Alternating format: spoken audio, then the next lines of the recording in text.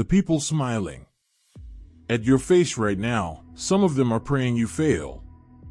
And the frightening part? You already know who they are. You've always known. You just didn't want to believe it. There's a pattern that shows up across psychology, neuroscience, and behavioral science, and almost nobody talks about it in public. The smartest people you'll ever meet, they don't just cut off toxic people. They do something far more calculated, far more deliberate. And when you see exactly what it is, you're going to look at your entire social circle differently. By the end of this video, you won't be able to unsee it. The threat detection system's psychological insight. Here's what most people get completely wrong about intelligence. They think intelligent people are just better at school, better at logic, better at solving problems. But here's the truth: one of the biggest markers of a high-functioning mind is its ability to detect social threat. Psychologists call it social threat appraisal. Your brain is constantly running a background scan on the people around you. It's checking, is this person safe? Are their words matching their behavior? Is there something off? Most people's scanners are broken. They've been trained by society to ignore the signals. Don't be paranoid. Give people the benefit of the doubt. Assume the best. And this is where it gets dangerous. Because fake friends don't announce themselves. They don't come with a warning label. They come with compliments. They come with loyalty until the moment it costs them something. Think about the last time someone in your life felt slightly wrong. Something you couldn't name. A vague discomfort after spending time with them. An odd feeling when you shared good news and watched their face. That wasn't paranoia. That was your threat detection system firing perfectly. Intelligent people don't ignore that signal. They investigate it. Quietly. Methodically. And then they act. The energy drain equation real-life scenario. Here's something neuroscience confirmed that most people experience but never understand. Every human interaction costs cognitive resources. Your brain runs on glucose, attention, processing power, and it's not unlimited. When you spend time with someone who genuinely supports you, someone whose energy is aligned with yours, the interaction is net positive. You leave feeling sharper, more alive, more motivated. But spend an hour with a fake friend? Someone performing loyalty while quietly resenting your success? Your nervous system knows, even if your conscious mind doesn't. You leave feeling drained, flat, slightly smaller. Most people never notice this. They chalk it up to being tired, or stressed, or just having a bad day. Here's the real-world version. You just got a promotion. You call your best friend to tell them. They say the right words: "That's amazing, I'm so proud of you." But something in their voice is thin. Their congratulations have the weight of air. You hang up feeling weirdly hollow, like something was taken from you instead of given. That's not your imagination. That's your high-resolution emotional intelligence picking up on a frequency they didn't mean to broadcast. Intelligent people trust that signal, and they quietly stop feeding the relationship. The Counterfeit Loyalty Test dark behavioral pattern. There's a test that intelligent people run, often without realizing it. Psychologists call it a proximity test. But in the real world, it looks like this. You share a small piece of vulnerability, a fear, a doubt, a plan that's still forming. something you wouldn't share with a stranger. And then you watch. Not what they say, what they do with it. Does it stay between you two? Or does it quietly circulate? Does it come back to you from a third person who heard something? Does it show up weaponized in an argument 3 months later? Most people never run this test consciously. But intelligent people, even if they can't articulate it, run it instinctively. Here's the real-world scenario. Sarah has a friend group. She mentions to one specific person that she's struggling at work, that she might be getting let go. Nothing dramatic. Just a quiet confession between what she thought were close friends.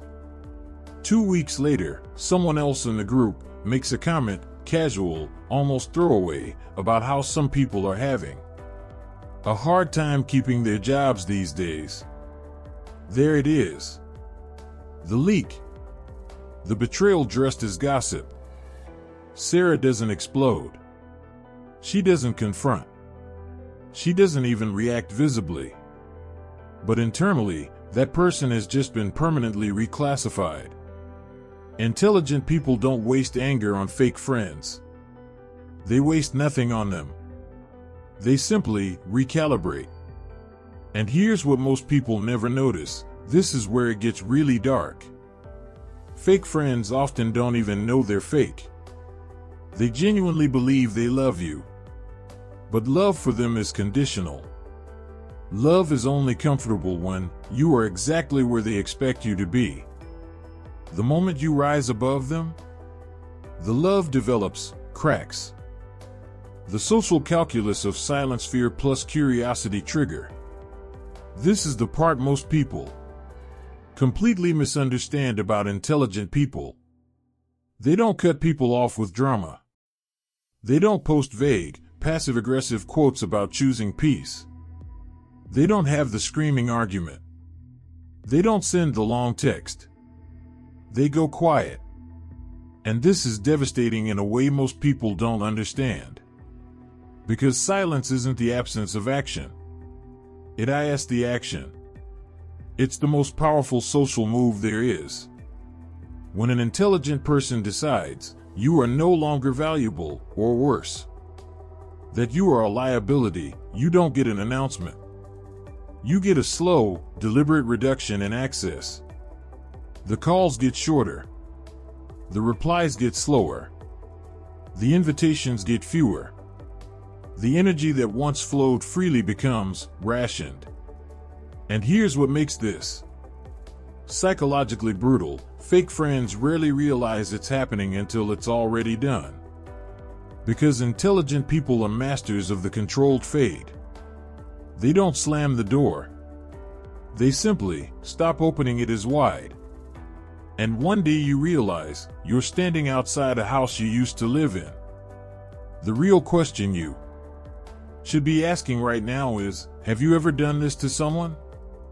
And more importantly, is someone doing this to you right now? Because here's the terrifying truth about the controlled fade. It works in both directions. The people reading this are both the intelligent ones who do it, and the fake friends it's being done to. The mirror principle, deep psychology. Psychologists have known this for decades. But nobody wants to say it out loud. The people in your life are mirrors. Not in the inspirational poster way. In a deeply uncomfortable psychological way. The people you keep close reflect who you believe you deserve. The people you allow to disrespect you tell a story about your self-worth. The people who drain your energy without consequence reveal exactly how much you've been trained to ignore your own needs. Intelligent people understand this. And it haunts them. Because the moment you realize your social circle is a projection of your internal world, you can no longer pretend the problem is just bad people. The problem is the part of you that kept them there. The fake friend didn't trick you. Not entirely. Some part of you chose familiarity over truth. Think about that person in your life, the one who's been subtly negative for years. The one who makes backhanded compliments sound like art. The one who shows up reliably when things are bad and mysteriously disappears when things are good. Why are they still there? Why did you let them stay? The answer lives in your attachment history, in old wounds, in the places where you learned that love comes with conditions, that relationships require performance, that people only stay if you give them enough. Intelligent people, the ones who've done the inner work, look in that mirror and don't flinch. They see it. They sit with the discomfort. And then they make a different choice. They stop confusing long history with deep connection, because 10 years of proximity is not the same as 10 years of loyalty. The loneliness paradox: validation plus discomfort. Here's the part that nobody will tell you, and it's the most important part of this entire video. When intelligent people remove fake friends from their lives, it's lonely at first. Deeply, uncomfortably lonely. And this is the trap. This is where most people crack. Because the loneliness feels like evidence that they made a mistake. That they were too harsh. That maybe the fake friend wasn't that bad. That maybe they should just reach back out. Don't. Here's what's actually happening in that loneliness. You're in withdrawal. Your nervous system was addicted to the stimulation, the drama, the low level anxiety, the performance of the relationship, the highs and lows, the work of maintaining a connection that was never quite stable.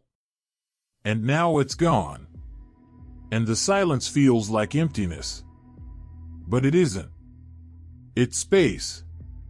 Every truly intelligent person who has ever upgraded their social circle has gone through this. The quiet period. The unnerving stillness. The moment where you're sitting alone on a Friday night wondering if you made a mistake. You didn't. You made room. What comes next? The connections you attract when your energy is no longer consumed by maintenance of fake relationships is categorically different. Quieter. Slower to develop. But load-bearing in a way fake friendships never were. Intelligent people stay in the discomfort long enough to find out what's on the other side. Most people run back before they get there. That's the difference. The deepest cut perspective shift. Now here's the truth. That's going to sit uncomfortably. The truth they never put in the self-help books. You've been watching this video, processing all of this. And somewhere in the back of your mind, you've been building a mental list of the fake friends in your life. The people who fit these patterns. The people who drained you, betrayed you, competed with you under the mask of loyalty. But I need you to stop and ask yourself one question. To someone else, are you the fake friend? Is there someone in your life you've silently resented when things went well for them? Someone whose success made you feel smaller, even as you texted your congratulations? Someone you've kept close not because you genuinely love them, but because their proximity makes you feel better about yourself? Because the psychology of fake friendship doesn't just live in other people. It lives in all of us.